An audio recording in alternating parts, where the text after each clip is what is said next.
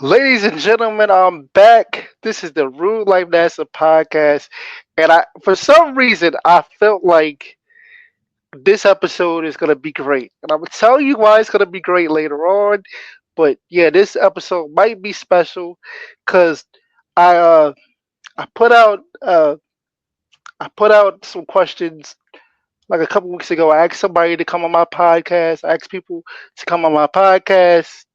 And this lovely lady right here said, I would love to come onto your podcast.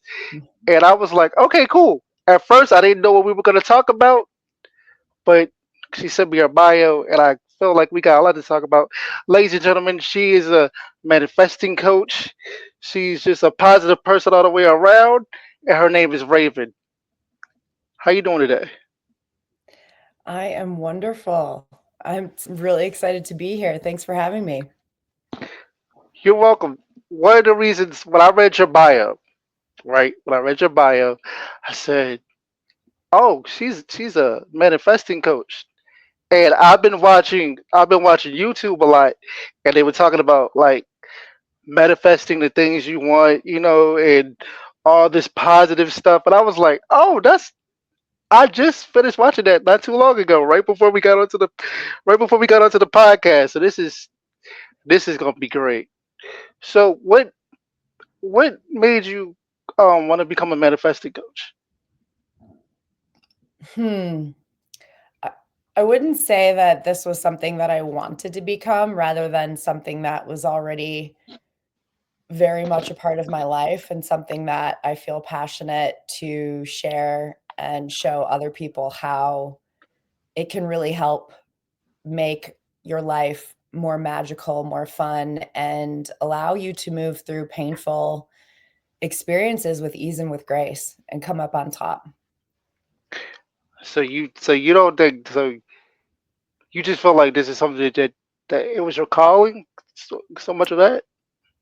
Yeah, I mean, ever since I was a child, I've had really interesting experiences. I wanted to date a guy that had blondish brown hair, blue eyes, drove a Jeep, was in the Navy. Literally wrote that down. And I met a man who had blondish brown hair, blue eyes, drove a Jeep, and was in the Navy. And we ended up dating for 2.5 years. I've manifested the house that I'm currently living in. I sold my yoga studio in the same way. There's just all this like level of miraculous, couldn't have put it together with your own mind um, experience that has validated reality in this way for me so much that this is just all like from parking spots, down to curious about a certain topic and then somebody bringing it up that afternoon or an email coming. And this isn't like with the algorithm. I will state that. This is not like an algorithm sort of thing that, we're dealing with nowadays in social media. This is, you know, unbelievable experiences, even correlated and connected to the Bible and my grandfather passing, that just far surpass any idea of religion. So why do you feel like for the people who don't know, because it's a lot of people who just some people don't believe in manifesting, right? So why do you think manifesting is important? Well, because we do it every day. This is what physical reality is. This is how we operate in three-dimensional matter. We manifest ourselves going to the bathroom, but we don't really think that that's a big deal. Do you know how I long didn't it think took about it like us to that. get potty trained or lift our heads? I mean, but when it comes down to it, like, just even I was talking with a friend about this, but even diseases, chronic diseases, where somebody goes into the doctor and they're like, "How did this happen to me?"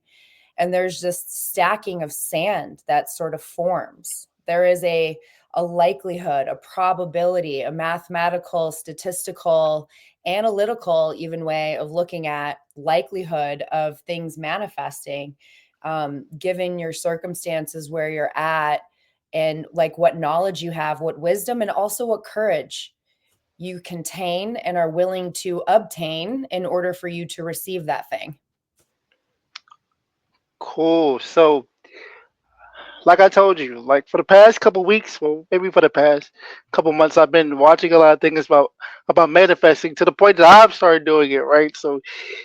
I I wanna get married. I'm 38. Right. I want to get married. I want the podcast that you're on now, that I'm working on now. I wanted to take off and do big things. So I've been trying to manifest that to reality.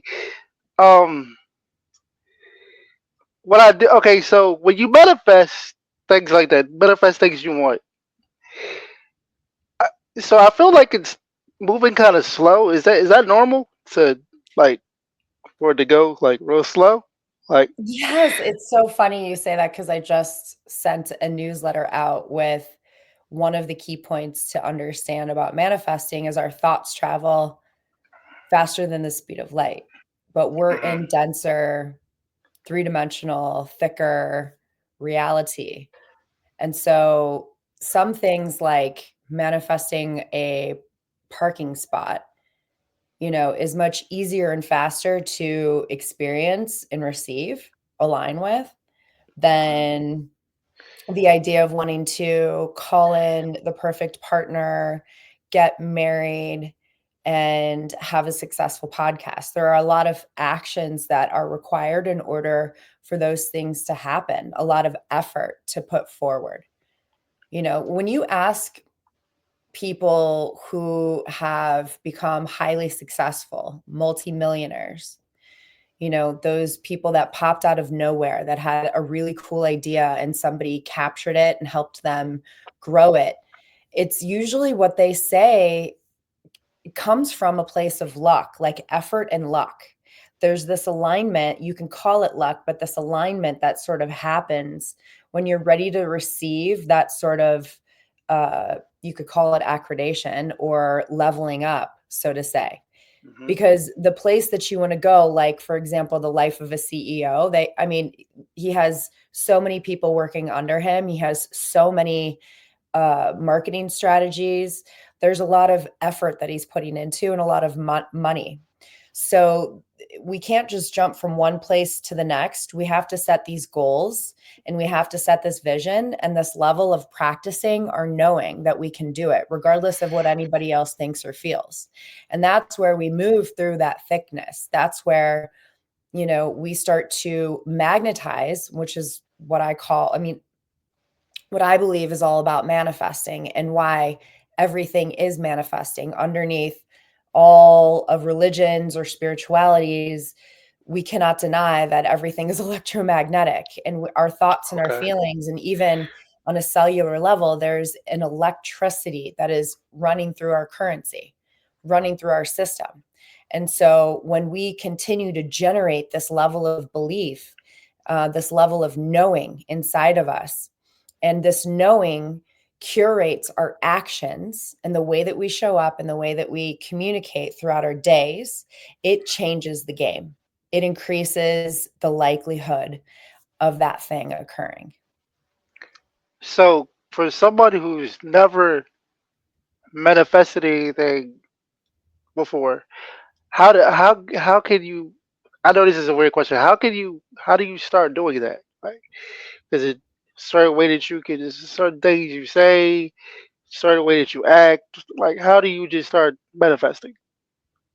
Well, I would disagree that people haven't ever manifested before because everybody has. We are here to create, we're co creators.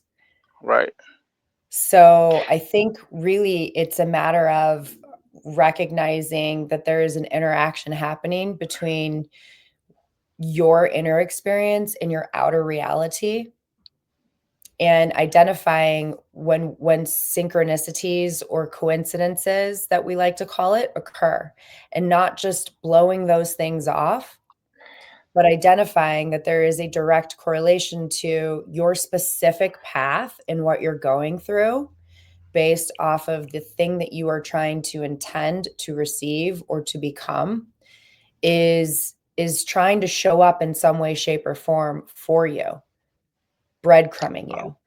And the okay. more that you are, what I like to say, there's 3 words that I tell everyone to practice incorporating into their everyday sentences Okay. is open, interested, and curious. Because those 3 words do not denote any form of positive or negative judgment upon what you are going through.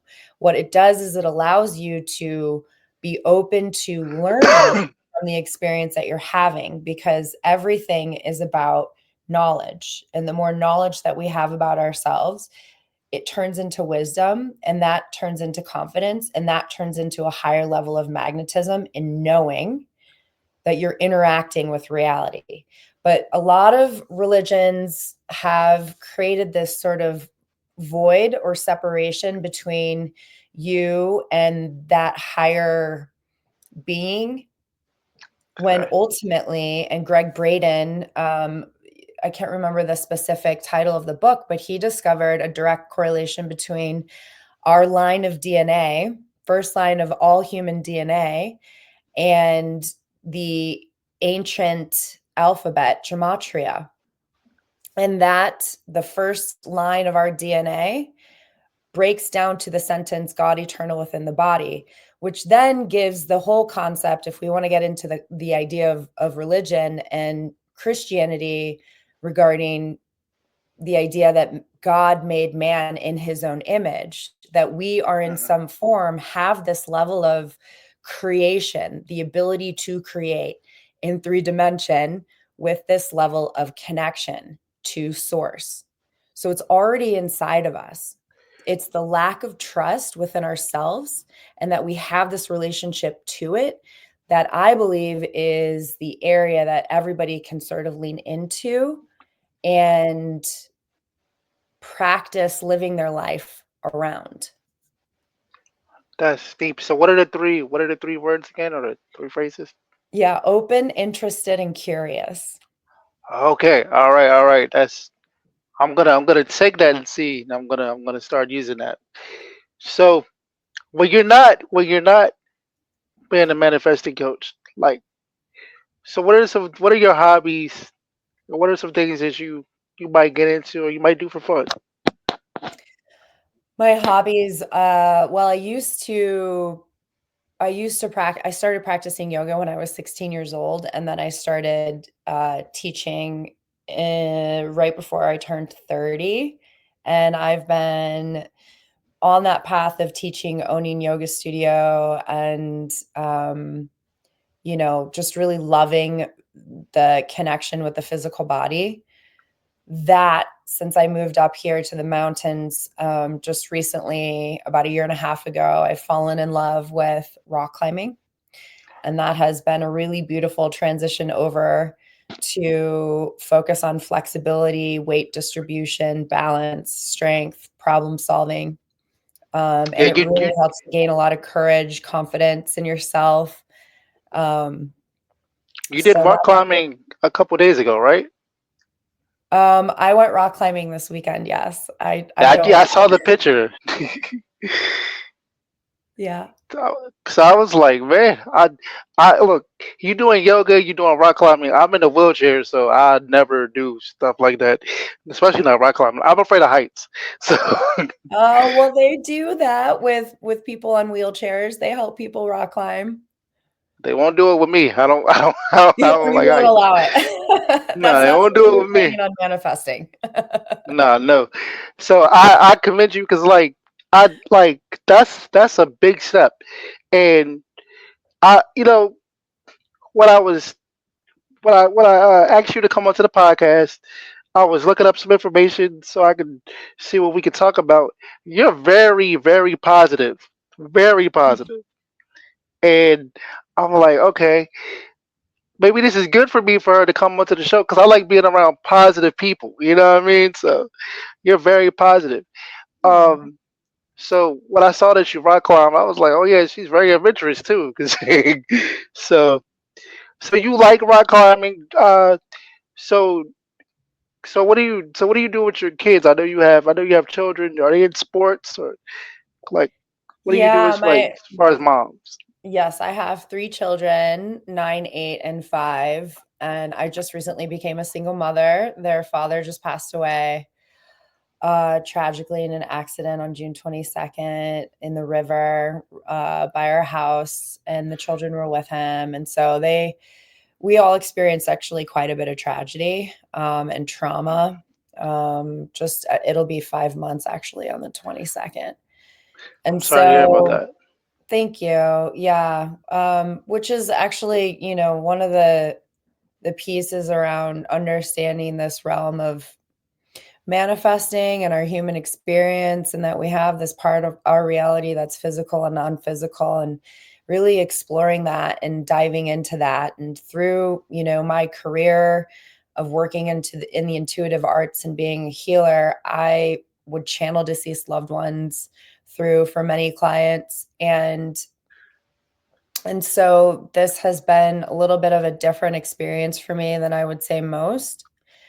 But it's been, through every point of suffering that I've gone through, I have discovered so many points of power that you can choose to gain as time progresses. And so right now we're just working on creating a new normal. The last couple days they've just been so joyful, and we've had a lot of laughter, and we have a beautiful community up here, and they've really been taking to ice skating. And so we've been getting into that, and, just bonding and being silly. We're really looking forward to spending Thanksgiving together and with our friends, and, just taking things slow. Whew, ice skating. That's another thing I'm gonna do. But okay, so how are you able to handle the situation that happened with your husband, the grief from that, and still being strong for your kids? Like, I know that's a lot to take on. How are you able to do it? For those who may be struggling with things like that, what's some advice you could give them? Well, I would say that, there's only so much strength that we have. Mhm. And um, I think, that this is another one of the dynamics around manifesting, but also being human, is this like masculine and feminine side that we have within us, this place where we've got to be, structured and take action, and then places where we need to slow down and to feel. And, um, I would say, my body's taken a little bit of a toll. I'm kind of going through a little bit of a health crisis where I'm in a process of detoxing and cleansing, because we went through a couple year process of difficulty, all of us. And so, um, my body's taken a toll on that, which is, really important for all of us to understand that relationships, um, they're everything. They will make or break us. They will help us build our dreams, or they will break them down. And you will have no energy and no capacity to focus on anything else other than the dramas going on with the issues that you have in your relationships. And so, we're in a healing process. I'm slowing down. We were grateful enough to be donated, funds to our family, which has given me the space to take care of them and just, you know, feel.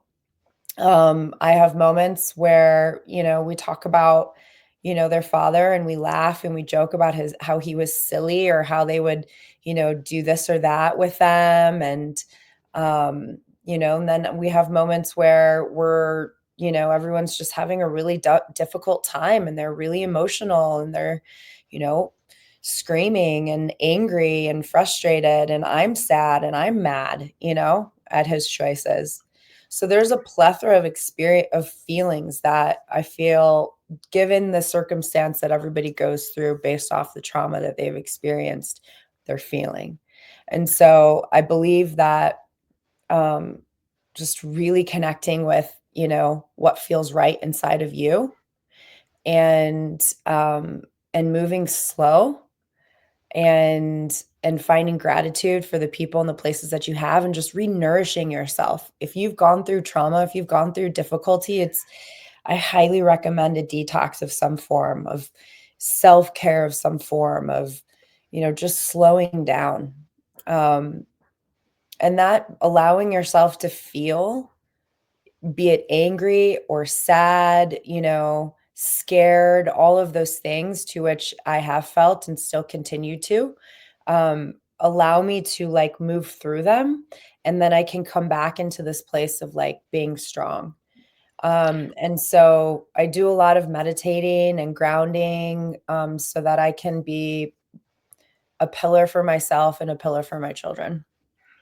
So you said you do a lot of meditation. Is meditation really works for you? How important is meditation? Because I've been thinking about doing some meditating and all that. Because I've seen a couple of my friends they do it. They tell me all the time it actually will help you. So does it really work? 100%. I think it's an understatement when people say knowledge is power, Okay. because there's many avenues of knowledge that we hold. And to know our own power, to know our own strengths, to know our own weaknesses allows us to push that envelope and gain more endurance, more resilience. Right. Otherwise, the things that we fear and the skeletons in our closet that we won't let anyone, let alone ourselves, look at or see, start to generate a power in themselves, and they inhibit our ability to actually reach towards our dreams, because we then are holding on to like shame or guilt or fear, resentment, and they're heavy, and they inhibit like putting yourself out there, confronting life, being direct, like saying what you feel, doing what you feel. Right. Okay. So I'm gonna try it. You convinced me. So yesterday I went on your Facebook because I told you I was looking for some questions and whatever to talk about, and I saw you had a website, but I also saw on your Facebook feed you have this thing where it says Pluto is an Aquarius, and I wasn't exactly sure what that was about, and so I was like, I wonder what she means by that. Like maybe she could talk about it when she comes onto the podcast because it sounds kind of interesting. Yes, yes. So I would just like to say I'm not an astrologer, but I've been fascinated with astrology for a very long period of time. And, just like meditation, so to meditate means to become one with. Cool. So All right. just take that into consideration, like, and also know, for anybody that's like considering meditating, just know you're not going to have a calm mind, especially at first, because there's so many things going on in your head, from like lists that you have to do for the day. Also, we are have this telepathic sort of connection with everyone and everything around us, and so we can sort of like have this conversations going on with other people, or arguments. Like, we have to clear that stuff out, and that takes time. So there's a piece, if you could just try to meditate for 11 minutes, that hits a certain level of your brain, where it goes into like gray matter, and then 22 minutes hits another level. And so the more that you can just practice, like sitting, maybe watching a candle, watching a flame, repeating something, so it gives you something to continue to do. The brain sort of steps out of the way, and then you can start to see. And once you do that, once you start to create clarity, then like channeled messaging, guidance, intuitive ideas can come through, and you can hear them through all of the chaos. That's another Oh, thing in terms of like manifesting and understanding meditation for people. Like, it's not gonna you're never, almost never going to, unless you're like a supreme guru, have just like no thoughts. That's just not what it's about. It's about watching them. so I think meditation might work for me because I overthink a lot. You know what I mean? So the times that I get to sit back and just relax and just have like time where I could just meditate, that might work for me. I'm not gonna lie. Yeah, no, I think it's very powerful to be able to, because discipline requires focus, and if you can't focus, you can't really hit the target with the thing that you're wanting to manifest. True, true, true, true, true. Cause I like I overthink a whole lot. Well, I'm a Cancer, so that's one of the things that we do too much of. We overthink. So Yes, and so back into the astrology of Pluto moving into Aquarius. I'm not an astrologer, but there is something to be said about our human experience and how we're connected and correlated to these celestial beings, these large vibrationally frequency emitting objects that are in the sky. And as they rotate around us, it's like they emit this sort of like song that hits. You know how you walk into a room and you're like, oh my God, I love this song. And other mhm. people are like, this is the worst song I've ever heard in my entire life. Yeah, yeah, yeah, yeah. And it's the same song. That's kind of like the same thing with the planets. And so depending on how where Aquarius is in your chart and where Pluto lines up for you, denotes like how this change is taking place. But it was in Capricorn for 20 some years. And now it's moving out. It has just moved out and into Aquarius, which is more based on community. It's on new age, new thoughts, innovation. It's about healing, and Pluto's about the underworld. So if a lot of us are going through anything like in terms of, this is a great time for detoxing because it's the underworld. It's like it's the releasing, it's the going into the shadow, it's the hidden secrets, it's the lies that we say to ourselves or that we uncover with others. This is on an individual level, but this is also on a global level because it's an outer planet. So this is why we're seeing such a shift going on, not ironically enough, with politics. This goes back to like the revolution. Pluto was also moved into Aquarius around the revolution. I can't remember the exact dates, but you can look it up. So it's just interesting, right? Because there's these patterns that happen in our own lives, and there's patterns that happen, excuse me, on the collective level. So that's where, like, I don't know, maybe we might have been feeling things a little bit lighter as of yesterday. Things have maybe felt just like not as heavy. Like I said, I've noticed a huge difference in my children. Like they feel like not overly emotional, but like normal kids. Like they're just being kids, like having their maturity levels operating and being silly and being cute. There's like a lightness sort of happening. So, um, Yeah. So yeah, here's the funny thing about it, right? So I know you say you don't really, the astrology part, but I've been kind of watching, Cancer astrology, right? And so they said something about the Pluto stuff, like you just said.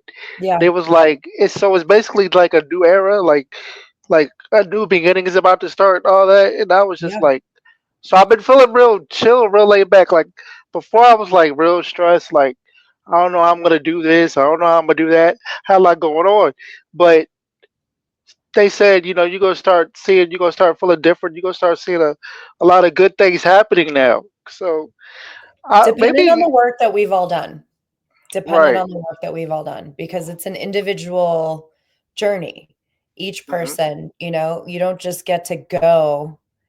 You have to work for it. And that's that internal, personal, like what's going on in your life. How are you dealing with your relationships? How are you showing up to your work? Like how are you allowing the world to see you? How are you being your authentic self? These things create a different level of magnetism and attraction than operating in a place of scarcity or anger or separation, division. And I feel like that's where the rubber meets the road right now, if you ask me. Oh, okay. That's it. Because I completely understand what you're saying. Because when they said, like, change is going to start happening, I do feel a lot calmer now, though. I'm not going to, I'm not, I feel like some of the stress that I may have been stressed about, I feel like that's cut off my shoulders a little bit. So change is happening. I'm not going to front about that. So you're a good manifesting coach. You're really good at it. Like like listening to the interview, listening to you talk. You made me think about some things that I didn't even think about. Some things I might want to work on. Um, let's see. As far as like people around you, do you try to like be around positive people, or when somebody's in a bad mood or angry or frustrated, do you try to like help them through their problems? How does this work? Because when I'm around nowadays, when I'm around people, I don't want to be around any negative situations. I just want to be around positive people or people that's productive. So So when how do did you that usually shift do it? happen for you when you said nowadays you want to be around positive people? Nowadays, especially a lot within the last couple months. You know what I mean? Like maybe was November now, so maybe around September, I'm just like, no, I don't want to be around too much negativity. You know what I mean? Like, so I know I had that shift around September. So have you had that type of shift? Have do you How do you handle negative people or negative situations? Yeah, so I think that there's a difference between conflict and negative people, Hmm. right? Because conflict is not a bad thing. But, again, we're talking about like how does manifesting actually work? And I was saying, there's like it's mathematical. And you can also think of it in terms of two negatives don't make a positive. So, right. With math and with life, like you oftentimes, like the thing that you decide, like if it's no good, very bad, then it's no good, very bad. You know what I mean? And so, and just as much as you are like positive, it's the heaviness of somebody that is negative can take you down. They can bring you down almost faster. And this is what I Yes. was like saying, earlier, how it's so extremely important that you make sure that you um not that you have like the type of people around you that are only yes people that only like tell you you're amazing and never call you out, never, hold you accountable. You want people that are going to hold you accountable because conflict, even though it may feel uncomfortable or it was quote unquote negative, like it was bringing you into a negative feeling, that can allow you to make a breakthrough. You can create a deeper connection with that person if there's an opportunity for that, or you can grow. You can do something different. But if you have a ton of negative people around you that are like making fun of you and you're trying to lose weight, or say you have like an entrepreneurial idea and you're like the first person in your family that's going to graduate high school or graduate college, and they're all putting you down, they're like trying to get you to drink, trying to get you to, do these things that you can feel inside. There's something telling you inside, this isn't good for me. This would be better if I didn't drink this beer. This would be better if I didn't go to this party. This would be better if I didn't hang out with this group of people or spent less time with them. That's what I call your inner compass, and that's what I encourage everybody to start to listen to and trust. And you just said it. You felt out of nowhere for some reason in September the desire to spend less time with negative people. There's Hmm. nothing wrong with people being negative. You can be negative. I'm negative. Like we're all allowed to be You're negative. negative. Sure, we all have You like don't even seem moments, like that. Yeah. You don't even We all seem have like it. moments, that's the part where we get to dance in. We get to choose. Like, I think that there's toxic positivity is a real thing. And in allowing yourself to, it's just dependent on like what's your overall mood. Are you overall moody? Or is your overall mood positive, right? You can be grumpy, you can have a difficult time, But if you're constantly around somebody that like picks at everything you do, you know, tells you what you're doing, what you're not doing right, you know, doesn't like truly listen to what you're saying when you're sitting in front of them, not really giving you the full attention. Those are people that you may want to consider spending less time with because they're literally pulling away, they're taking away from your ability to if you have and this is what happens is we can like isolate ourselves around one person. I was talking with a friend about this, especially like romantic partnerships. And their voice, the people that are closest to us, their opinion matters more than like anyone else. And sometimes, unfortunately, more than our own opinions ourselves. Right, right. So if we are listening to what they think we can do and what they believe is capable and what their opinion is of our outfits, and then we start to carve and mold ourselves around their idea, then we're basing all of our value from what they value us to Mhm. be and not ourselves. I still can't. I don't see you being negative. Like you just seem like you just got like you just seem like you smile all the time. I do smile a lot, but I am grumpy sometimes. It's cool. I'm a Cancer, so people always sound moody. People say Cancers are one of the most moodiest signs you ever meet. So it is what it is. I Man, just this have a was lot a of good. feelings. This is yeah. I do. I'm not gonna lie. So, have you wrote any books? Are you thinking about writing books if you haven't wrote any books? Because this is Yes, great. yeah. Well, so, I was going through, and this is like a good point. My husband and I were separated at the time. This was a couple years ago. Uh-huh. Um, we were in the process of getting a divorce when he passed away. And Oh, he was travel nursing and I was home with the kids. And there was just this pivotal moment that sort of formed inside of me where while we were separated, I was like basically working on myself, trying to spend time with myself and with my friends to figure out like how I could fix this thing and how do I fix this marriage. And something struck me inside. I don't know what it was, but it was a culmination of everything and all the pressures that I was going through that I just started to ask myself, like, what is it that I really want? Not what is it that's going to save this marriage? What is it that's going to keep this thing together? But like, what feels right to me? And as soon mhm. as I did that, something unlocked inside of me. And I opened myself up to people and I went to Costa Rica and I had this magical experience and I met some of the most beautiful people and the most amazing activations. And from that point, this book started to come through me from this culmination because ever since I was a child, especially when I have my glasses on, I see red and blue split and the rainbow, the spectrum of the rainbow around everything All and right. everyone. So to me, everyone has been like a rainbow. Everything is encased in a rainbow and this like beautiful vibrancy. And then I started getting these like channeled guidance and information that would come through in dreams and in people. And then from that point, I approached one of my clients who owned an architectural firm.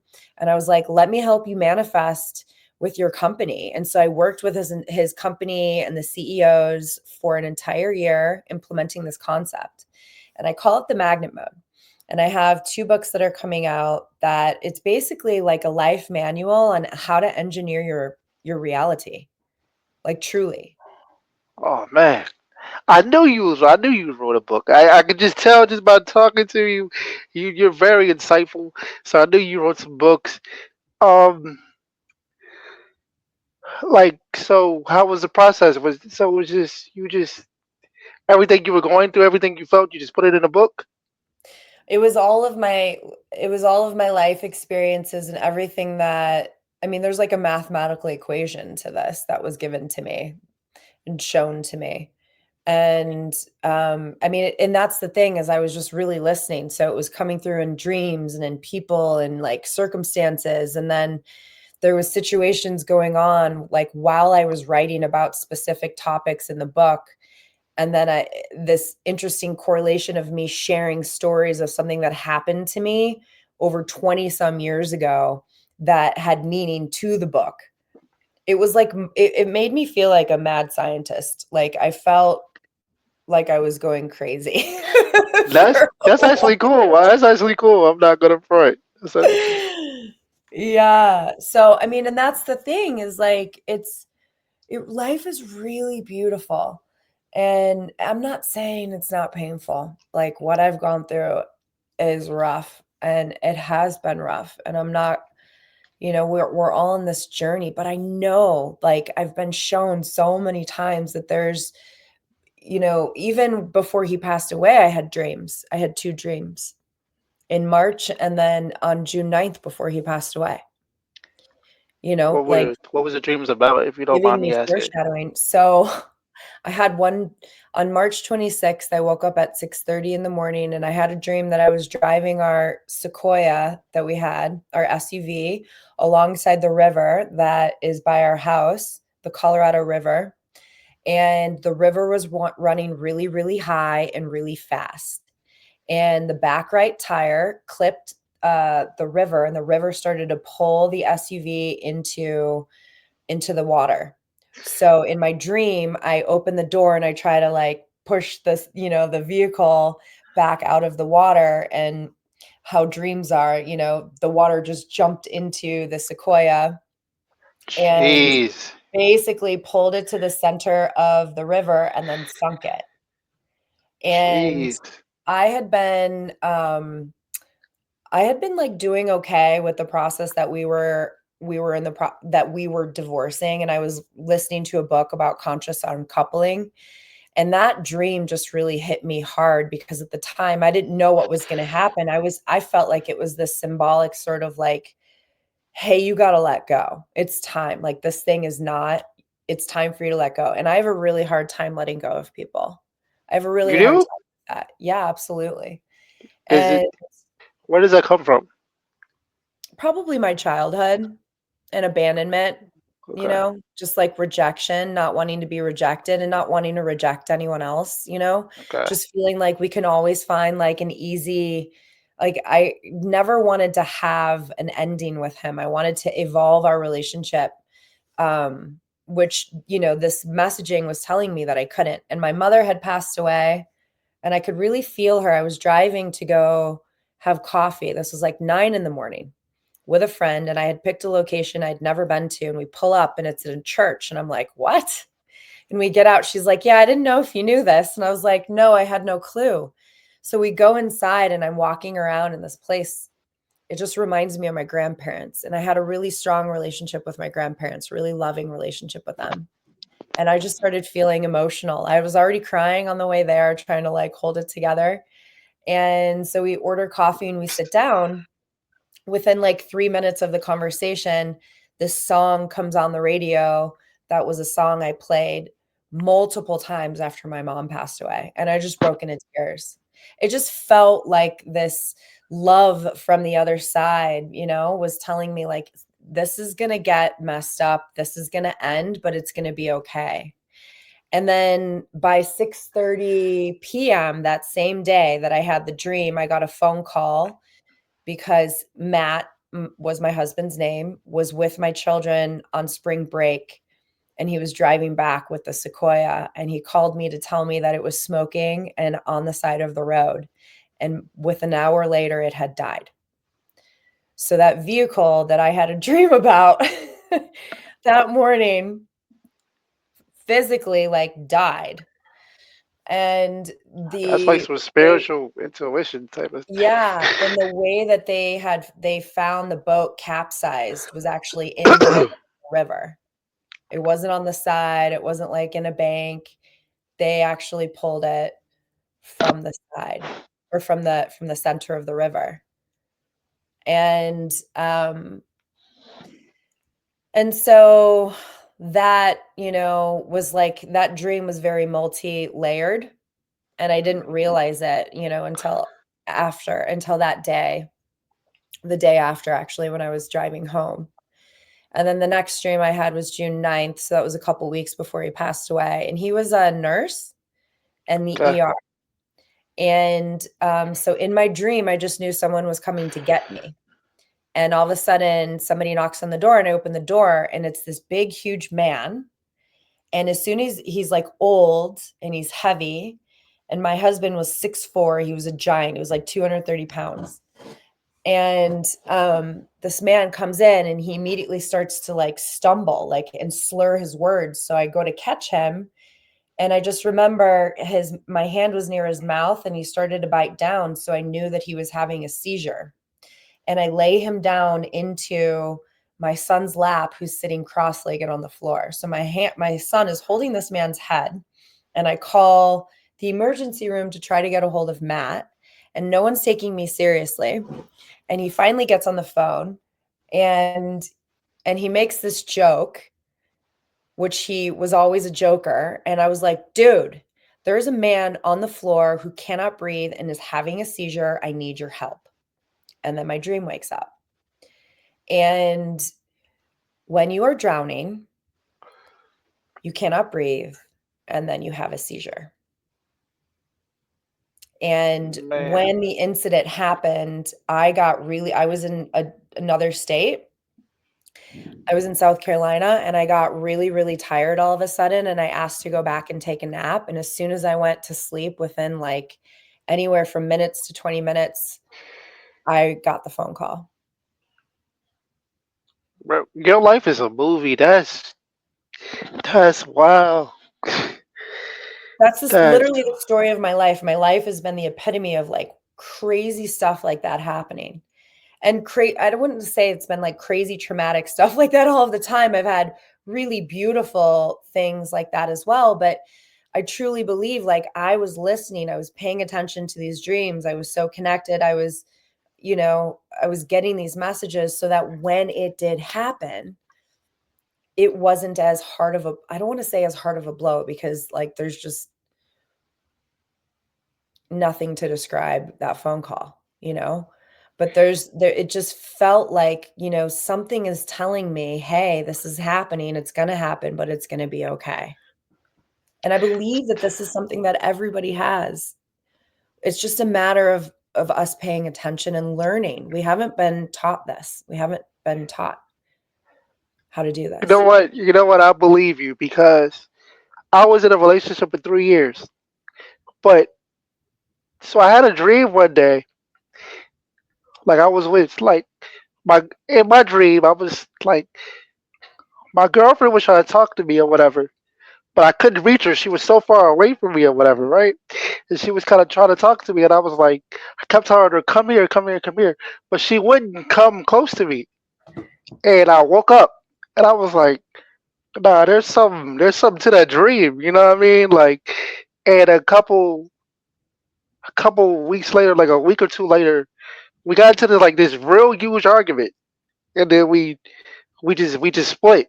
We just broke up. You know what I mean? And I'm like, wow. I always I saw something. I always knew it was gonna happen. So I told my sister, I was like, yeah, me and my girlfriend just broke up. She was like, are you okay? I was like, yeah, because I saw it coming. You know what I mean? So like, you know what? I definitely believe you when when you got those dreams, when you have those feelings. Those things really do happen. Well, and I think they happen, well, I know that they happen for all of us. It's just people don't talk about it because it's made to look as like wacky or crazy or taboo. When this is like I mean, the Native Americans would ask everyone as they woke up in the mornings, like, what dreams did you have? What were your dreams?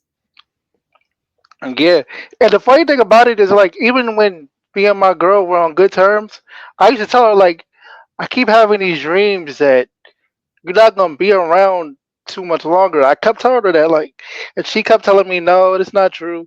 You probably just overthinking this. I was like, no, these dreams keep happening. You know what I mean? So, and I'll turn out to be right. So, Yeah. Yeah. Yeah. Dreams are definitely a way that we can receive messaging. It's a way that we process. We work out psychological issues, we connect and communicate with other people, and we receive messaging about the future. So when you so I don't mean to get personal into your business, but you said you and your husband were getting a divorce. Is that something that you wanted? You just felt like you wanted to just go a different direction, or I didn't actually wanna get a divorce, but okay.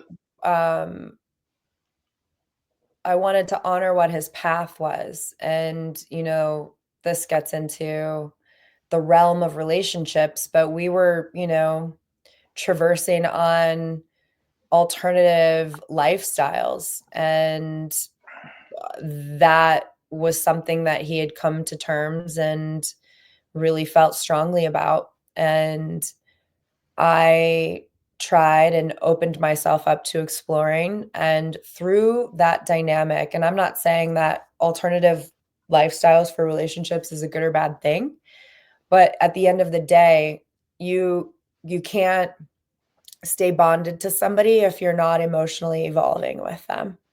And so there was this sort of Wow. like capping off place.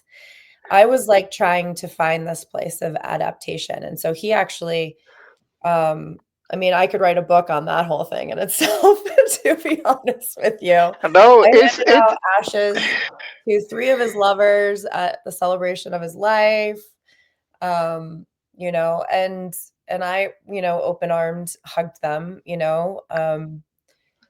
everybody's got their journey, and from that, I had found somebody too that I've actually been with for about a year and a half, and I don't know where I would be without his love and support. Um, and so, we're all meant to love each other. It's just a question of like what type of dynamic and relationship you want to have and how that fits into the lifestyle you want to live. And this goes into the realm of like attachment theories and how people have avoidant and secure and anxious attachment. And again, this goes into the concept of meditation and knowing yourself, and you know so let me tell you how much I appreciate you, right? Because I didn't talk about my ex or the situation to anybody because I didn't want to come off weird. But like when you told me you didn't want the divorce or anything like that, but it's just something that you didn't want to block his path. When my ex broke up with me, she broke up with me through an email. And I was like, man, what is that? Like, you know where I live, you can come over, we can talk. But she used to always tell me, if I ever hurt you, because she never wanted to hurt me. She said, if I ever hurt you, I wouldn't know how to confront you. I wouldn't know how to look at you. You know what I'm saying? So I was like, why aren't you coming to talk to me, even talk to me on the phone? She broke up with me through the email and she was like, I'm not the one for you. She was like she was like, you deserve better than me. And then she just left it right at that. You know what I'm believe saying? her, believe her. People always prove themselves to you.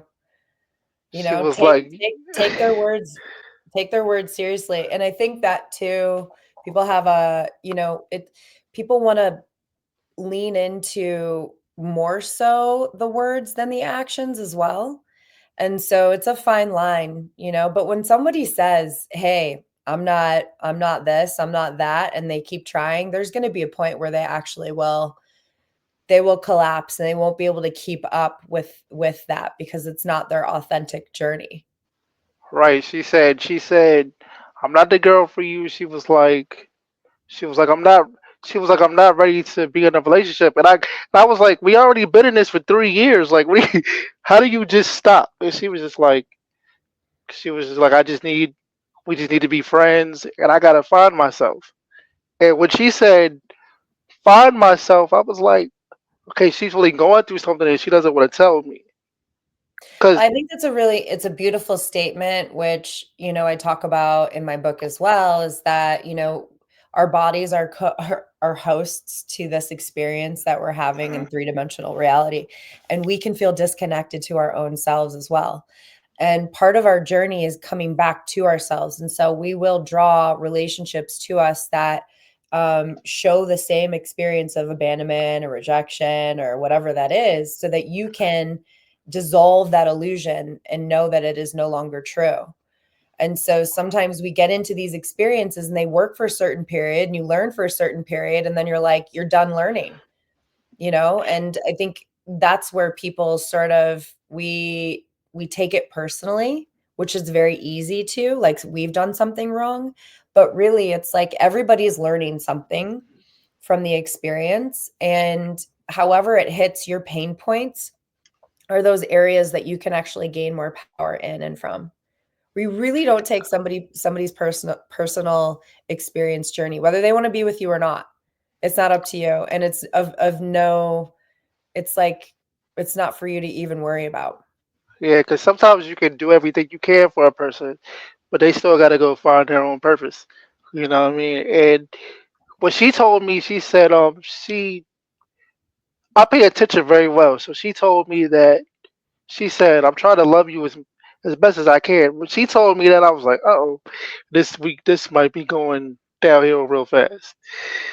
But I don't want to take up too much of your time. I really appreciate this interview. I told you this interview was going to be very great and powerful. I told you that in the beginning of the interview.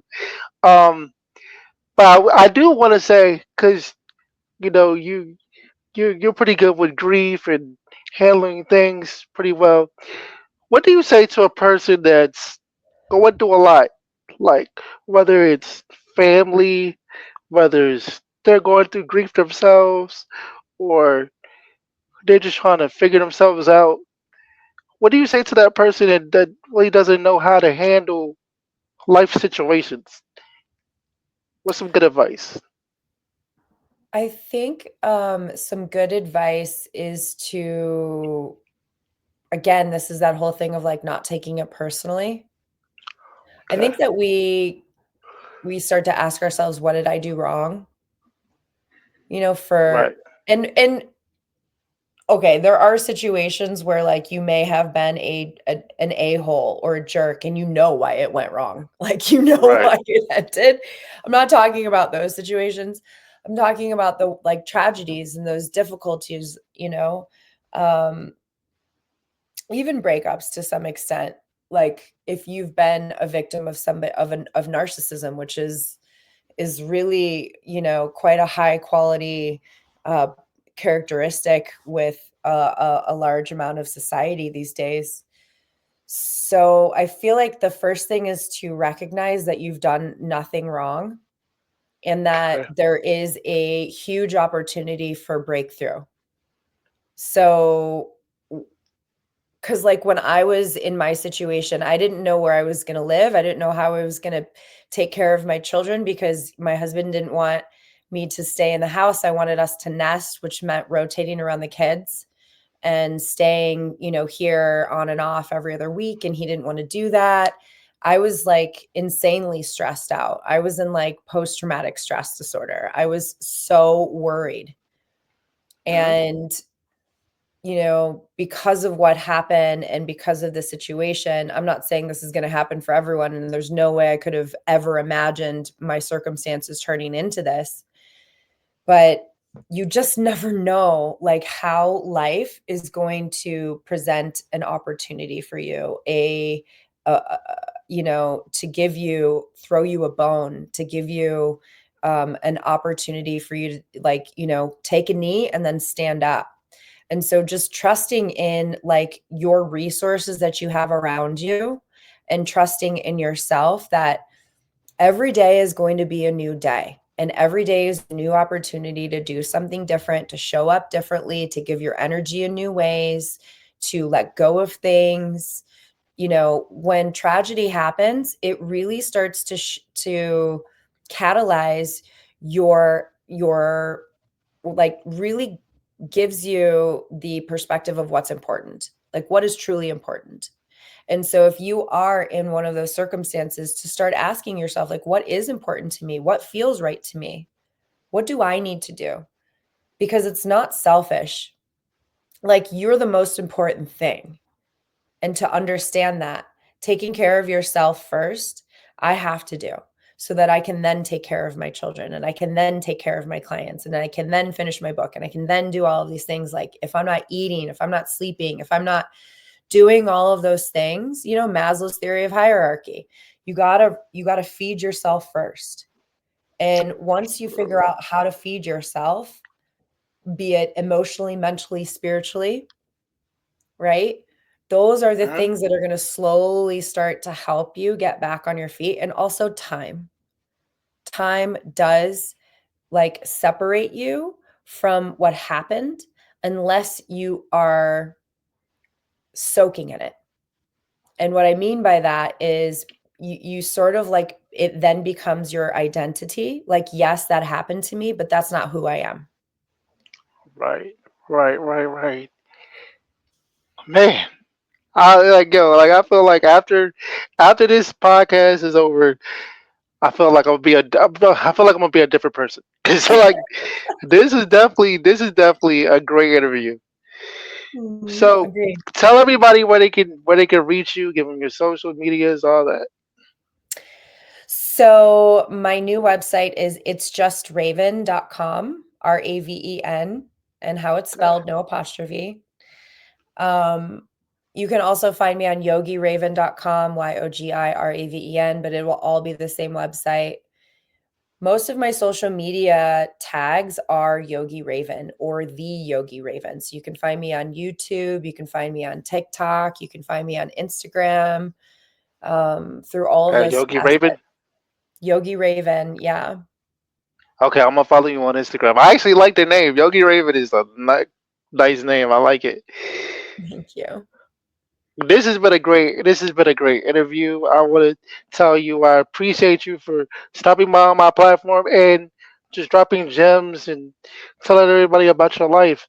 If you want to come back on the podcast anytime, just let me know and you can come back on and we can talk about whatever. I would love it. Thank you so much. But I do want to tell you on the podcast, I need a picture so I can put the picture to the podcast episode so everybody can see the episode. So if you can send Okay. me a picture, that would be Yes. cool. I can do that. Have a wonderful day, okay? You too. Thank This you. is the Real Life NASA show. No, this is the Real Life NASA podcast, and we're out. Nice. Peace.